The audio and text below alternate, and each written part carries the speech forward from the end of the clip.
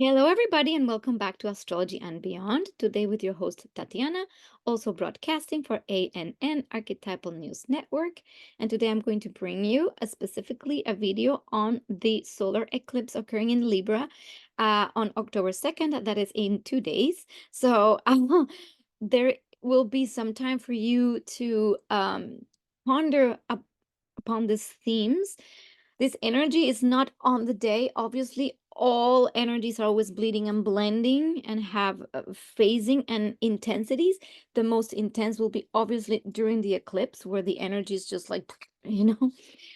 However, if we're doing work previously to that with awareness and understanding, and we're able to keep awake and conscious of all the inner material that may be coming up, we might be able to ride these times with a lot of wisdom. And that's why we have these videos, so you have tools to ride this with as much ease and grace as possible. During eclipses, this is where we get pushed to evolve, and this is why a lot of the times they may feel like times of crisis. Eclipses are like, oh my gosh, there's crisis involved. But crisis is what helps us see why we need to evolve past certain behaviors and patterns. So we're going to dive deep into what this particular eclipse means. So this is a solar eclipse, and a solar eclipse is a new moon. However, in this new moon, what happens is that the moon is interposed between the sun and the earth, therefore uh, blocking the ability for us from here on earth to see the sun. So the meaning, the general meaning of an eclipse is that whatever the energy or the sign we could say that this eclipse is in, it's either the energy is kind of like turned off, so all the shadow themes come up. It's almost like there's no capacity to see with awareness. So there might be an intensification and revelation of themes. So this could be bringing the hidden or underlying issues of that particular archetypal signature, in this case, Libra. This can lead to revelations and insights, or like even heighten those themes. What else? There could be the imbalances are shown. What are the shadow sides of these particular energies, and how to realign them? So these are opportunities for us to change precisely how we have been relating to that particular archetypal signature. And then obviously crisis and transformation. What I say, following a crisis, there is always an opportunity to transform. So this is why with our awareness, we can do a lot of progress if we're able to see inside ourselves without judging or condemning ourselves, because that is not the point. It's just to see why something is working and why it's not, and what is serving and what is not. So this particular eclipse in the sign of Libra, and Libra being ruled by Venus, and the Venusian themes, everything that Venus represents is obviously beauty, grace, harmony, balance, value, uh, love, relationships. So all these themes are the themes that are going to be brought to the surface for scrutiny. So what happens is relationship dynamics.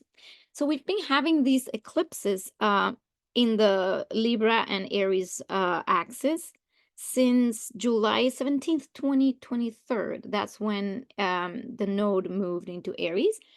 So these are themes that are not new. We have probably having these ongoing themes of relational energy, difficulties in partnerships, whether it is with our spouses, with our families, children, co-workers, friends, groups and associations. Everything having to do with relationship has been put to the test for like over a year. So this is a time, because we're coming to the closure of this nodal axis in April of 2025. This is like the last push for us to see and find the right balance between the group, the others, and myself. and my own being. Where have we been in imbalance with our own needs, desires, and true soul connection? And where have we been in with ourselves, and where have we been in imbalance with respect to others? This is where a lot of conflicts may be starting to resolve. These are also about karmic endings, because this is a south node eclipse, meaning it's a karmic closure of things. Maybe we have learned all the lessons and moved with certain people and situations that now need to end and be resolved and be dealt with.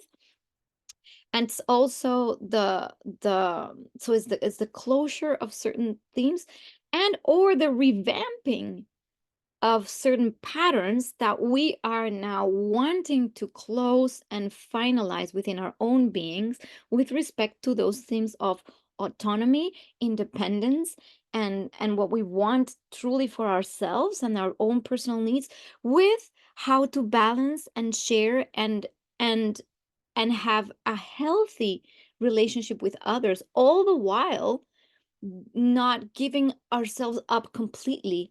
Because this is why in that sign of Libra, there's this like, the shadow is the people pleasing tendencies, is the complete obscuring of the Aries archetype, which is ruled by Mars, which is the will, the drive that just goes and doesn't really think of others or consequences. It's just courageously going forward. So this is really about the balance of these things. It's like, what am I courageously going for that represents my will, that is not my ego will, but is my divine will or my own soul blueprint, and courageously being able to fit that within the puzzle of others, all the while respecting, loving, and also understanding their own will, and non the non-judgment of each person's path, and how we can make all click together. This is part of our evolution as a society. If we cannot do that in our interpersonal relationships with our spouses, children, families, friends, groups, it's very difficult that we'll ever reach a harmonious space. Why? Libra, or that archetype, is also about the balance. It's the scales. It's not that balance is, Libra is not about being in balance. It's about the constant balancing act. That's what it is. It's never really static. It's about seeing what has been out of balance so we can put it back into harmony. Um, so this is what's really important.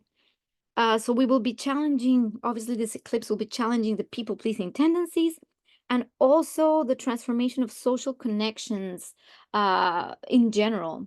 And also even aesthetics. It's like Venus is also uh, in charge of beauty, aesthetics. And so there might be a need also to revamp how we see things, what connection we have to beauty, value. Um, and there will be a deep, deep need to strive for true balance. And what is true balance? So, um, it's the inner balance. The true balance is being at peace with self. And the true balance comes when we can also see our feminine and masculine energies in balance, right?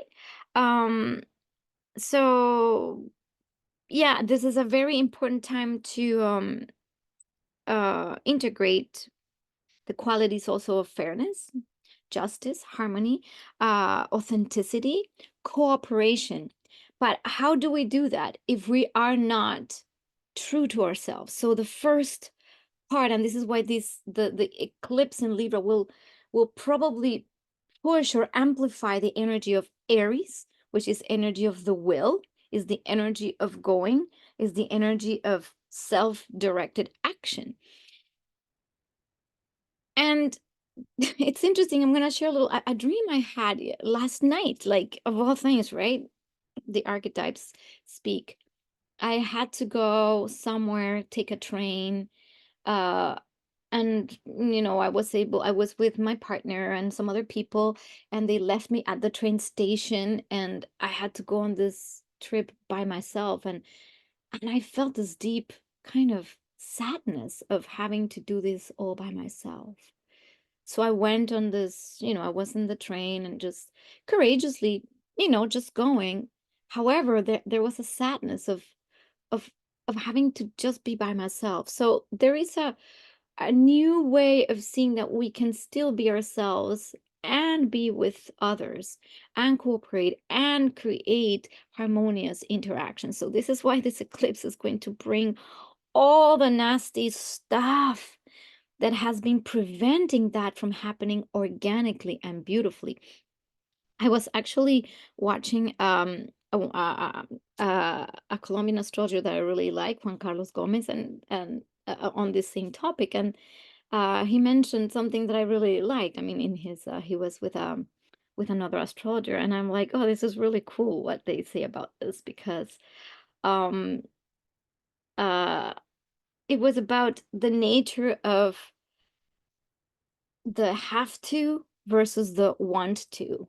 Like having to do something is the weight of that patriarchal society that comes with expectation versus the desire to want to do something because there's a deep reason that not only is personal, but it's also helping the collective or the family or your spouse. It's like the natural desire for doing things. And this is where strictures and we're going to be like finding these tensions uh, between the strictures of of impositions, uh, parental structures, uh, government structures. Like, when this becomes too much pressure, there's only two ways out. Is either you completely rebel and bust the system, or you completely comply until the pressure is so much that you implode. So this is why the pressure of people pleasing or is either going to explode into conflict and just go, this is enough, this needs to change, or there's going to be this complete crippling that we're not going to be able to have anything other than like being suffocated. So where is the self in all this? And a part of this is going back or redefining the nature of motivation, of true heartfelt desire to be with others, to contribute to the whole, to the functioning. How exciting it is when you go and say, and they were mentioning something about make a list. If you have something like, I have to do this, I have to do that, and this is what I have to do, I have to, I have to, I have to, I have to. The self-imposed, rigid inner masculine towards, okay, what of these things are really fueled by a true desire? And maybe some of them, okay, yeah, I have to do this, but I really want to do it because there's a reason behind it that it brings excitement, that brings joy, that brings some kind of energy. So if you're feeling depleted by something, uh then it means the energy is not going the right way. If you're feeling energized, it means it is going the right way. So on that topic, and I know I'm talking a lot of about the general themes, but these are the general themes of this particular eclipse before we go into all the archetypal specifics of what this eclipse is doing with all the planets. I'm going to talk a little bit of philosophy here because I think this is important to note as of what I have just said. I'm going to read a few passages from this fantastic book by Belinda Womack. It's upside down. It's Kwamoja Adnilib. Being silly. Belinda Womack. It's called Angel Abundance, Revelations on True Wealth from the 12 Archangels. Now, let's disclaimer. You may resonate or not. This is not about religious beliefs. This is not about anything in particular that needs to be. I'm not here to gospel anybody. I'm just going to share things that I find very inspiring at this moment in time, that if it helps you to hear them, this might be a time where we can look at these themes so we can move through these eclipses and through the relational conflicts much more easier by looking at these things within ourselves, so they don't have to be projected, right? And let's talk a little bit about projections again. Any archetypal theme in the psyche has two ways of existing. Either we have it inside ourselves and we can't see it, but it's there. So we project it outside by either displaying a behavior that we're like, I'm not like this, I'm not this, but then we see it reflected in another person, you know, and the other person is like that, and we just resent that, and we're like, why is this person like this? It's like, okay, why is this person like this? It's not them just being like that. It's what in me am I not seeing, that I have that behavior and I have projected it outside, that I have to look at, and then we can shift that. Or the other way is when we feel resistance to something that is very big, and there's rebellion against a certain let's say, when we see something outside ourselves and there is this big rebellion against this energy, that's also a way to see, okay, what in me is resisting the integration of this energy, the resolution and the evolution of this energy. And this is why conflicts right now can be at their all-time high. But this is not to blame or point fingers at other people for being the way they are. This is a time to observe what is truly so much bothering me about what I'm seeing outside of myself, that I have not been able to integrate, love, and forgive. And where does it come from, right? Whatever it is. And a lot of the things will come with again the strictures, the constricting strictures of life. When have we been so self-imposed? In my own case, I noticed my own body starting to get very rigid again. I'm like, okay, it's getting rigid. My body is speaking. I'm starting to maybe succumb to the weights of expectations, but who is expecting of me? People are not expecting of me. It's me, my own rigidity of my own expectations to be accepted and loved, that make me like either want to do things and just like keep doing things that I don't even know why I'm doing. And so in my own case, I'm reevaluating these things to allow to see where have I been so rigid. So I'm telling you these stories because I see it outside of myself in a certain way, and I'm like, okay, this is presenting in my environment, so I can see where this came from. And I went back into my childhood, and this is part of healing the inner child. And I remembered when I was taking my first ballet classes, and I had these very, very, very strict teachers. And they would be so strict that I would be the first at the bar, terrified not to make one single mistake because I had to make sure that I was seen as good. And I was like pushing myself to the limit to be seen as good, despite the terror of this teacher being like, you did it wrong, you did it wrong, the inner judge, the inner critic. When I had these memories come back, and that was like literally a few days ago, between eclipses, I just cried and cried and said to my body, I'm sorry for having given you so much stricture, so much need to be perfect, need to do this, like, oh my God. And then this started releasing, and I cried and cried and cried. Then I pulled up a picture of that teacher online, um, and I was able to say to this picture, I forgive you. I forgive you. This is even giving me tears now. Sorry, I didn't think this was still there, but I felt like the forgiveness for having created that in my psyche. And it's not just the teacher, this perpetuated with teachers, with mentors over time during in my life, with, even my mother, figures of authority that didn't know better how to do it. They just had to be like this because that's the way we do life. They didn't know better, but this is precisely what we're moving beyond. This is what we're releasing. So in my case, that's what it was. It's the self-imposition of needing to be so perfect that I have to fit in. Have to fit in, otherwise, where's the love? So it's a balance between the self-worth of, well, if we really are connected to something innately divine, then we are worthy of our gifts, and that's what redefines everything from the have to the want to the desire to be of service, to help, it's exactly that. So this is why, where in your life have you been so self-imposed? And if you're seeing that in your environment, that you feel the weight of parental expectations or governmental expectations, or uh, where have you been so rigid with yourself?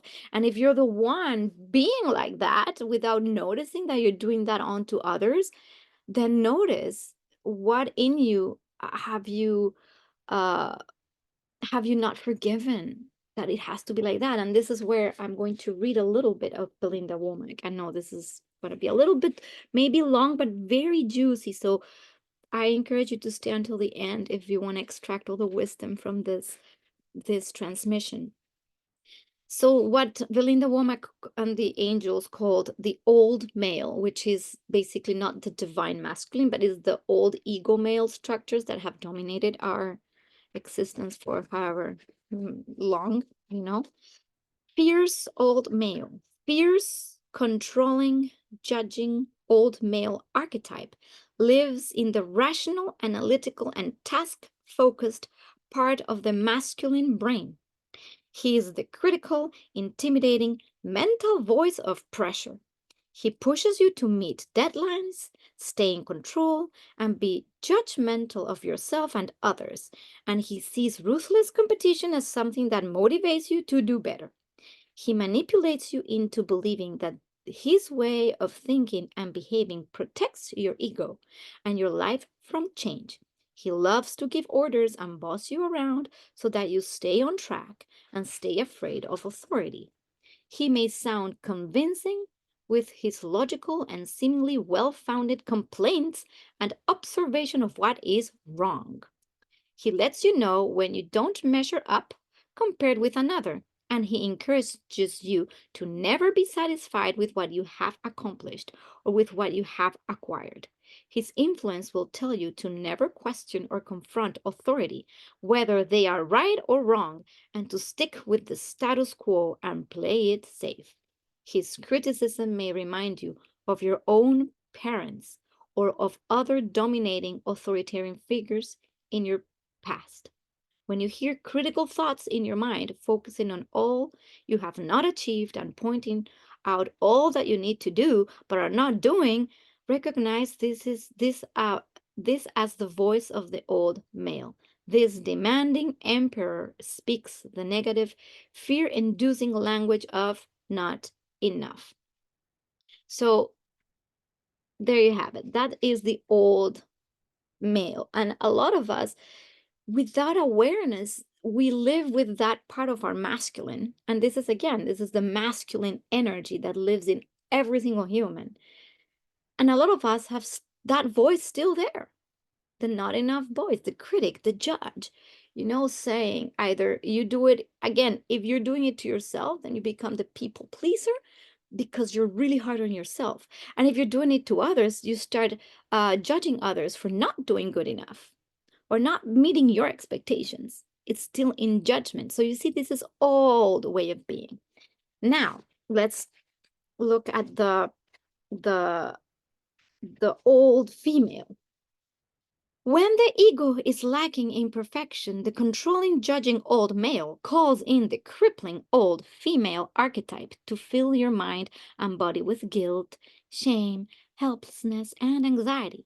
The old female encourages you to be the silent, self-neglectful servant who hides their resentment and jealousy of those who have what you want but you do not have. This negative inner mother will have you consumed by self-loathing and unworthiness unless you forbid her from taking over your vulnerable ego.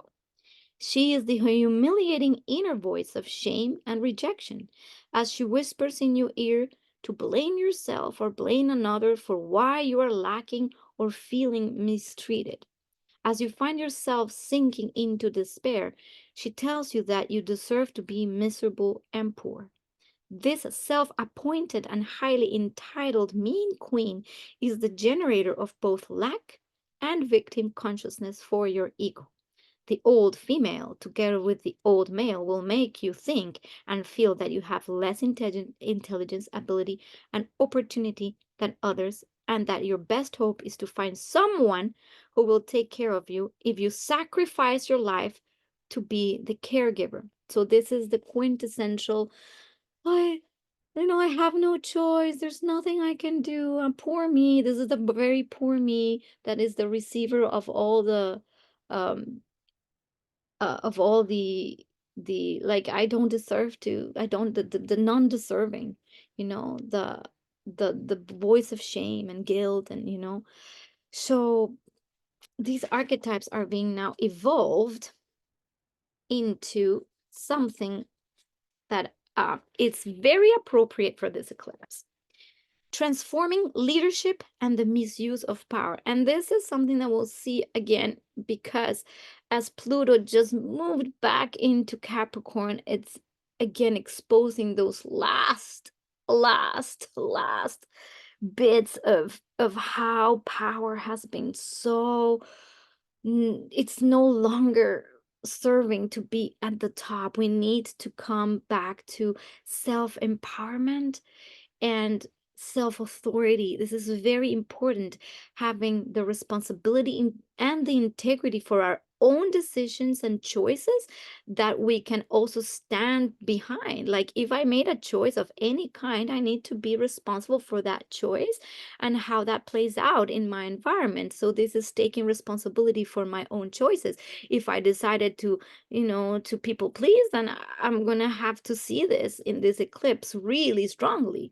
If I decided to, you know, be completely selfish and not caring about others whatsoever, I will have to answer to that as well, where there's a balance of fairness and equality as well, and how I'm treating others if I just wanted to do everything only my way and not care.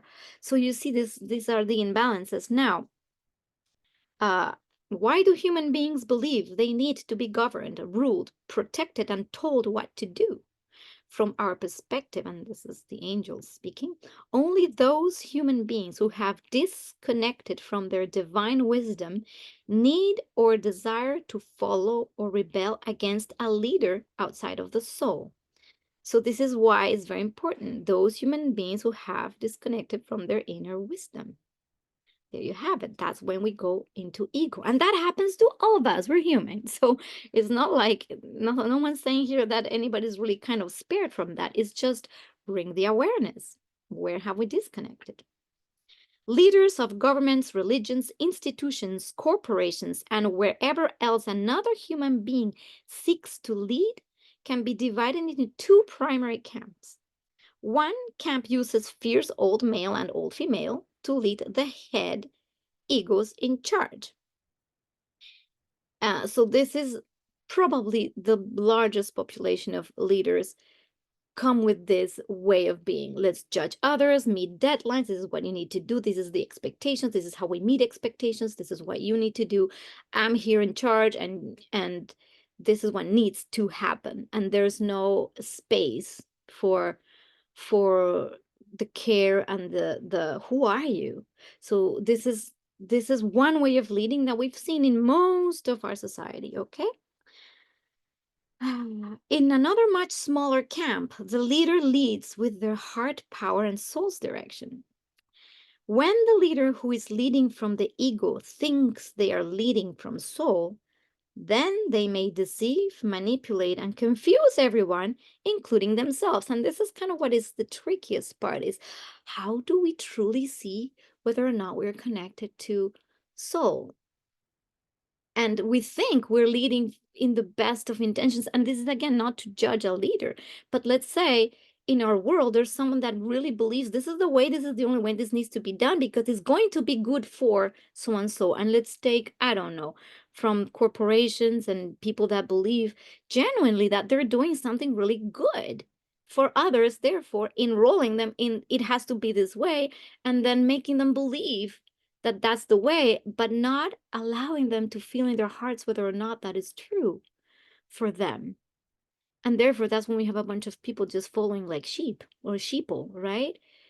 And again, that doesn't mean that the leader is doing it wrong. It just may mean that they themselves are thinking that they're doing the greater good. They're connected to the heart, but in reality, anything that bears any judgment towards another thing, or living thing or non-living thing, that judgment already has the old male in it.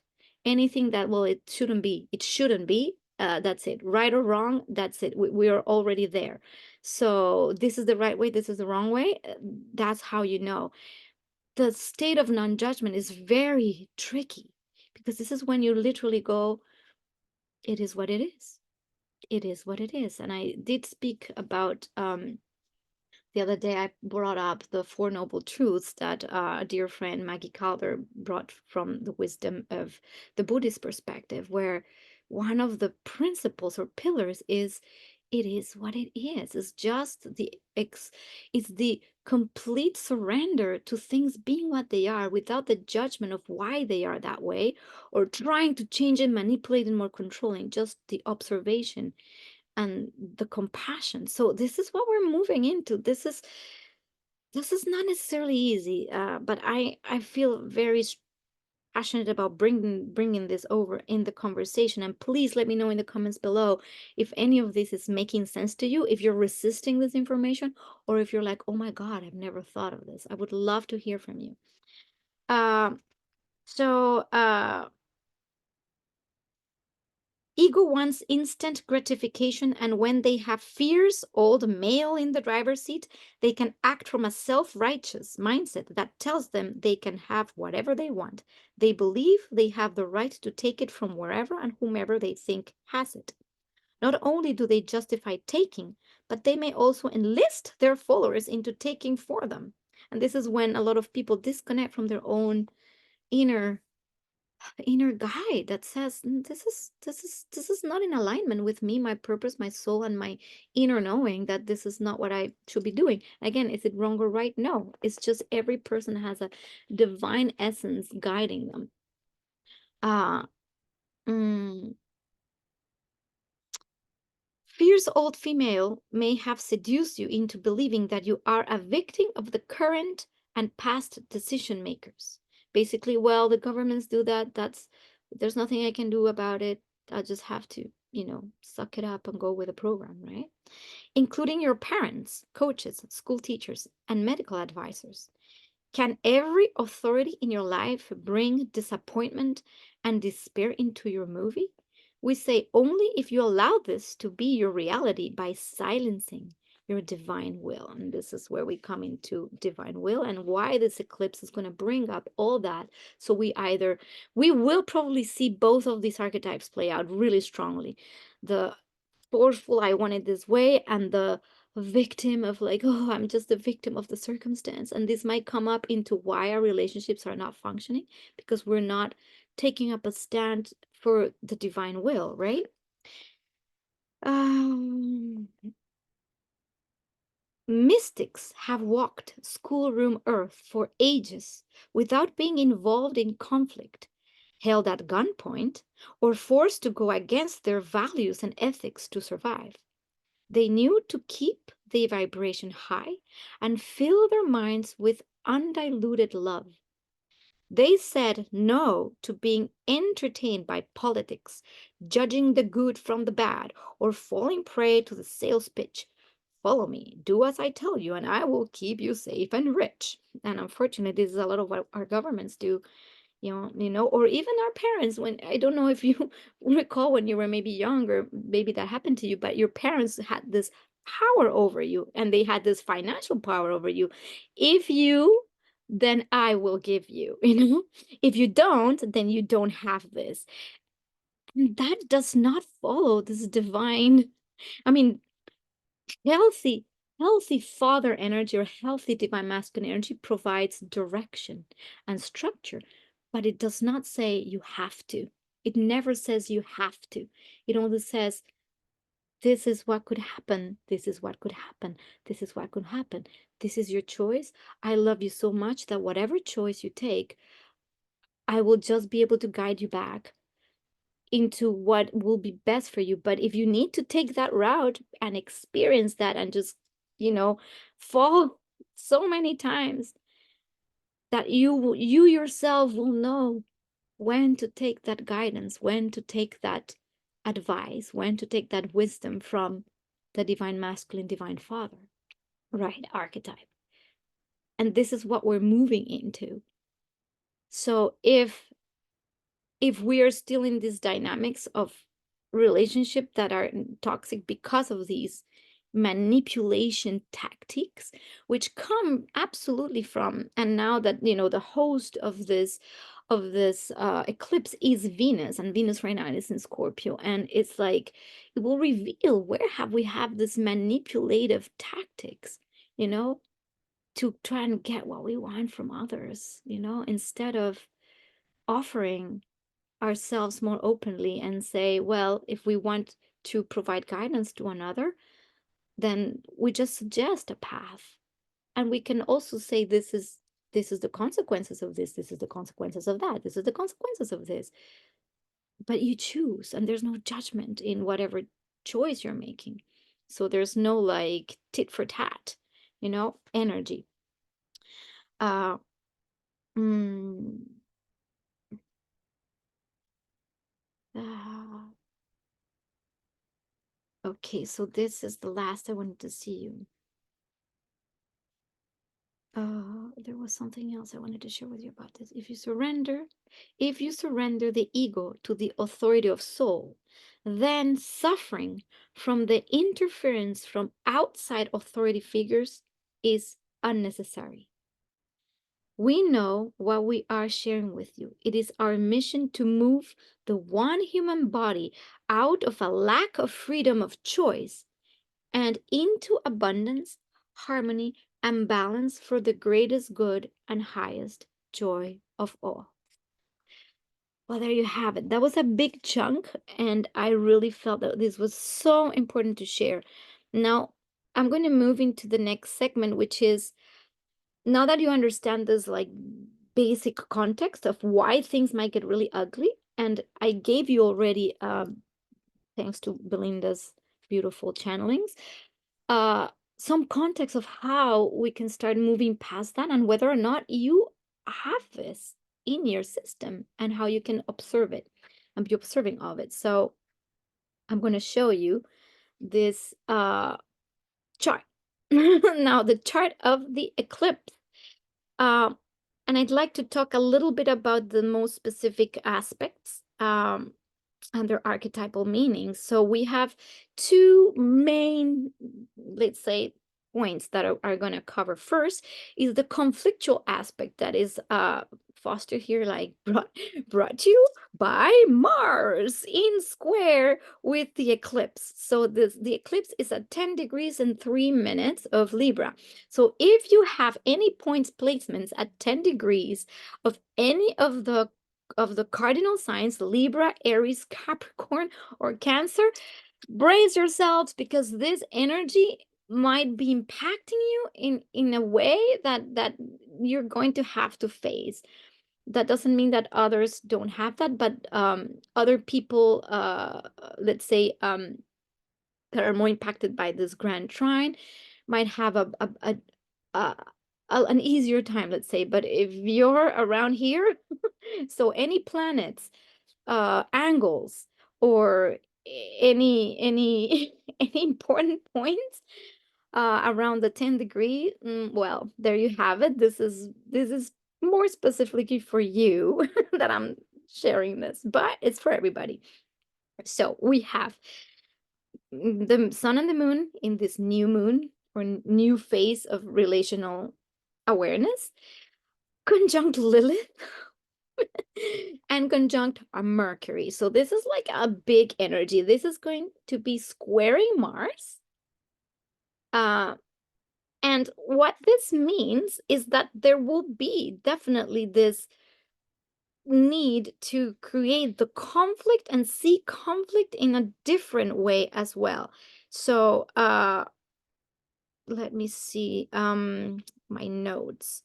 So there will be a heightened emotional conflict, and it's emotional because we also have these Venus, Mars, and Saturn moving through, so the host of the eclipse, Venus, through a grand water trine. So there might be a lot of emotion that wants to move to the surface to be released. So what can happen if we're unconscious is that there might be so much emotional conflict and like, that emotional intensity. Um, and we might need to seek balance in how we communicate things. There can be a lot of friction between being assertive and expressing yourself with clarity and assertiveness, and also the desire to, not, disrupt. Like how can I be assertive, but at the same time not, disturb the peace? So there might be some kind of like, you know what, F it, I'm just gonna say it like this, and that creates conflict that inflames the relationships. There's like, this is like a little bit of a verbal fight energy. There could be, especially because Mercury is involved. So it might be just more like, the bullets through the word that could come out with that Mars energy. So the assertiveness and the will might not necessarily come gently. It might come with like a rock and not a flower. So it's like you can just be so fed up. You can just blurt stuff uh, that could be very harmful and not necessarily really thought out. It could come from deep emotions. So I would say, before just like asserting yourself like mindlessly, breathe and take stock of what is it that is so important for you to say, that is part of your assertion and your will, and how your feelings are, but do it in a way that can bring really an opportunity for growth, and not just an opportunity for like damage, because that's where it serves no purpose. However, if we're unconscious, that's what we're going to see, right? Internal and external power struggles, and and this comes also for from the need to assert your personal needs to be well and safe, and the unexpressed desires that you might have been like repressing for a while because of the need to please and please and please and please and please, and then that fed upness builds up into this like rage, and this rage might come out in a very unpleasant way. So again, before the conflict explodes in a nasty way, find containers that can create a good supportive environment for negotiation. Otherwise, negotiation is not possible here. This might be the time where alliances, relationships, and things that have completed their karmic cycle will just dissipate and go, see ya, this is no longer, this is complete. However, I will insist that is, if there is needs to be a parting of ways, whether it is a divorce, whether it is closing up a relationship that, or a friendship that no longer is supporting your energy but is draining it, whether it is groups of people or a job in an environment that is toxic for you, where you're not growing, wherever you're leaving behind, please, please, please use one of the most divine tools for actual resolution, which is forgiveness. Forgiveness. What is forgiveness? But the capacity to release the energy through the recognition of the gratitude, feeling the gratitude for what this relationship helped you grow through. That, instead of building more resentment and just burning bridges forever, what this does is it really releases the energy and helps you be at peace. It opens up because you're not blaming a person and just cutting them off forever. Okay, I'm going to cut this. It's more like, okay, if this needs to go, how can I forgive this person for anything that could have been hurtful? How can I ask for forgiveness from this person, from maybe what I said or did that would have hurt them?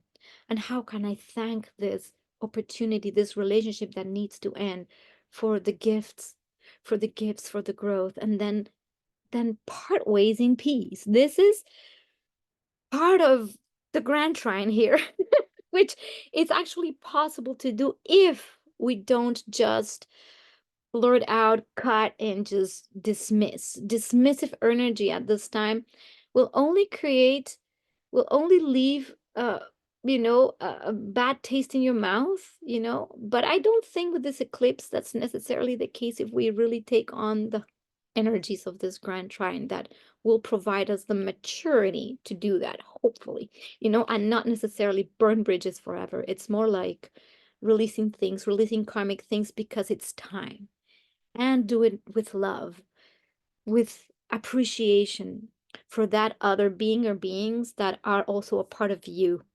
So that's kind of how we move through this energy with ease, grace, and love. Okay, what else can happen with this Mars square? We might be acting from a point of suppressed emotion. So, it's like this is when for so long something's being kept. And then the action just reflects that. It's like we just like burst. And then we might do something that is completely out of alignment, like it's completely crazy. This is when, and this is when somebody that has been, and I'm gonna speak of the lowest frequencies, when someone has been so oppressed, so repressed, they've never said anything, they kept their mouth shut, and suddenly they get this gun and, I'm sorry, it's the most horrible example, but it's like a psychic mass shooting, I would say, because that may come in the words. So before that becomes that, beware with this square that's beware. It's not about the other, it's about you and what brought you there. This is the part of responsibility we're taking. What brought me to this place? I chose 100% this reality and these situations at a level that I need to be understanding. How did I brought this upon myself, and how can I bring this back into balance? Not by blaming and shooting onto others, but by seeing how I contributed to that. So this is very important. And have the maturity to speak about it, and gently, not like, now there might be difficulty at this time and in balancing the assertiveness with the diplomacy. However, there is the diplomacy part in the trine of Mars to Venus. So let's latch onto this energy and not onto this one, I would say. And there is definitely so much opportunity for emotional growth. This is where we can grow emotionally and, again, not blame others for all our miseries, you know. Now, what's really cool about this energy is this grand trine, because this grand trine is what will probably, and again, this can go either way, but there will be a powerful, this is where we can bring about emotional depth, and the stability needed to create bonds that will be long lasting, that the commitments we commit to ourselves and others at this time for the right reasons, not for the reasons of the past. We redefine why we're committing to being in relationships, and how these commitments are more in alignment with who we are, and they can provide a better functioning of the whole. This is the ideal energy that this trine of Venus, Saturn, and Mars brings.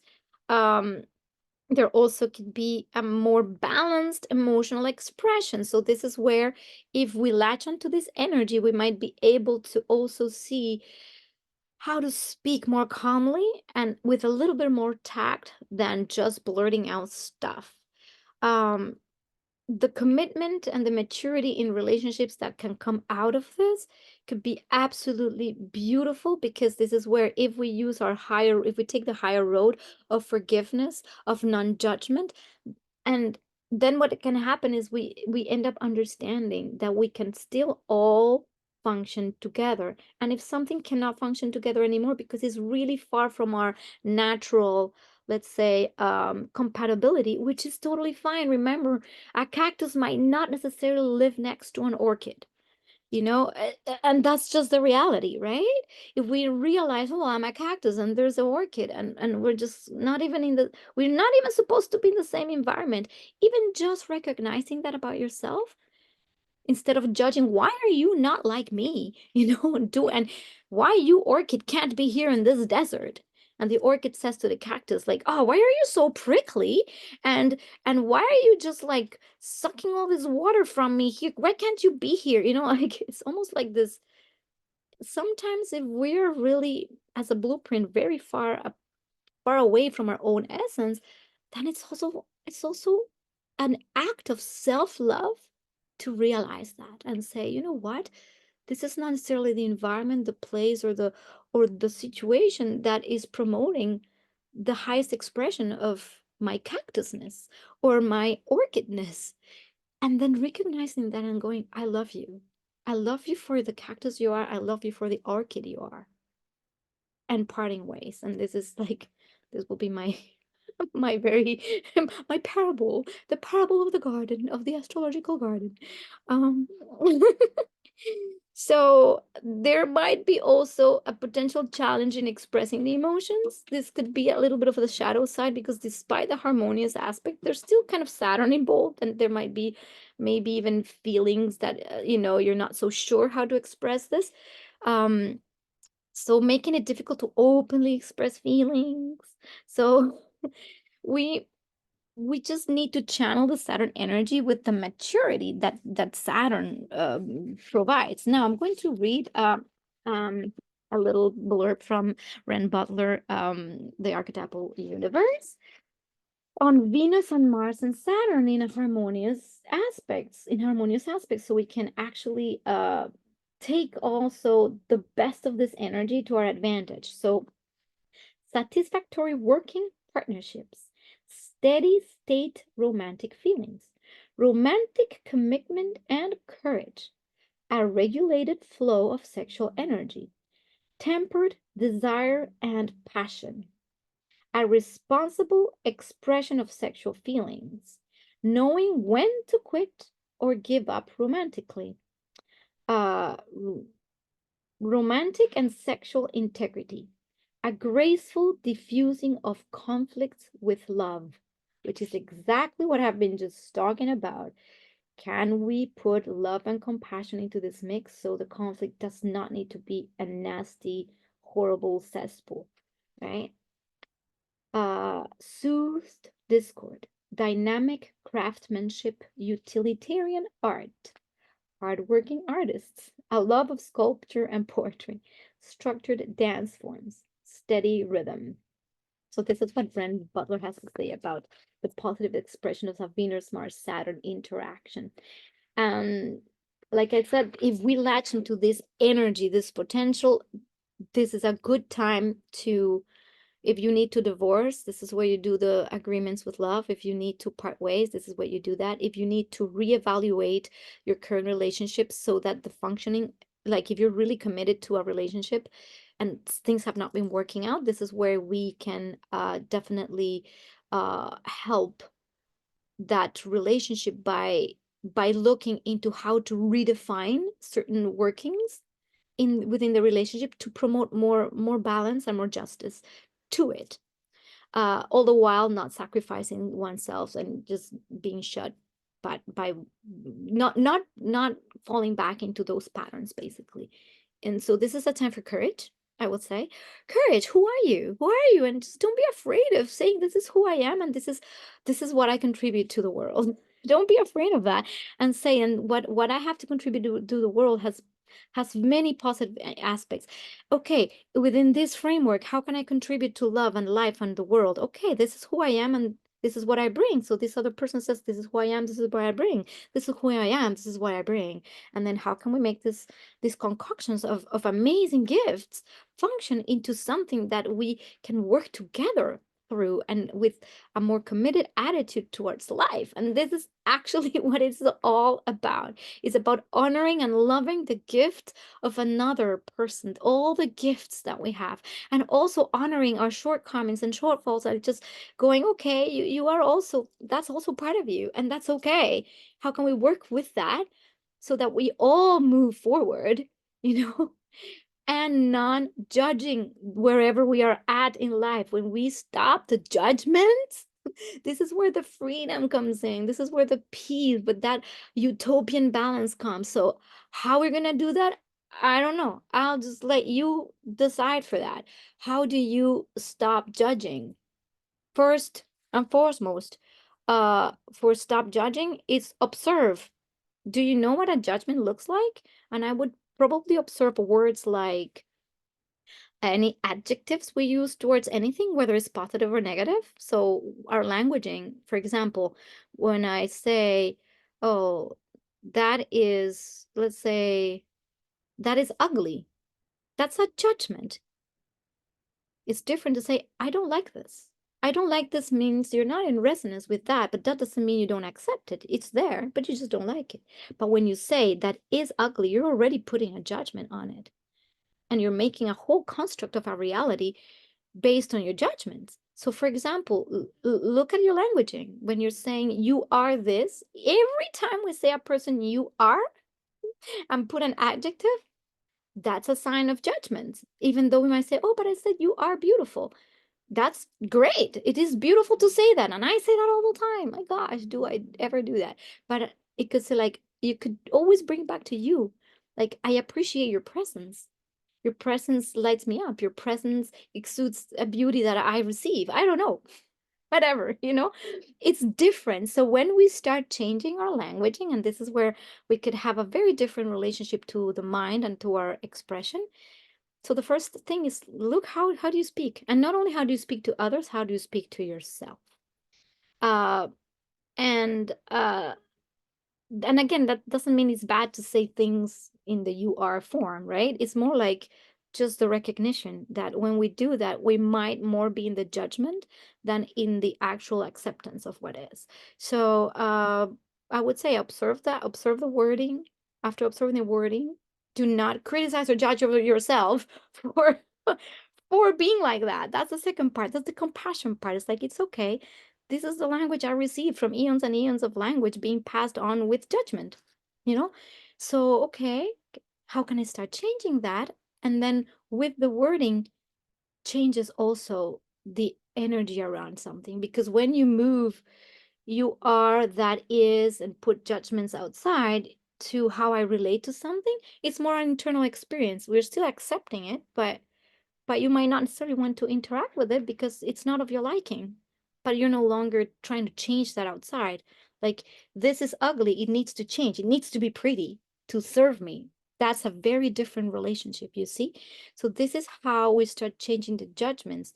When you say something like, I want something to be a certain way, you're exerting control over something that is just the way it is.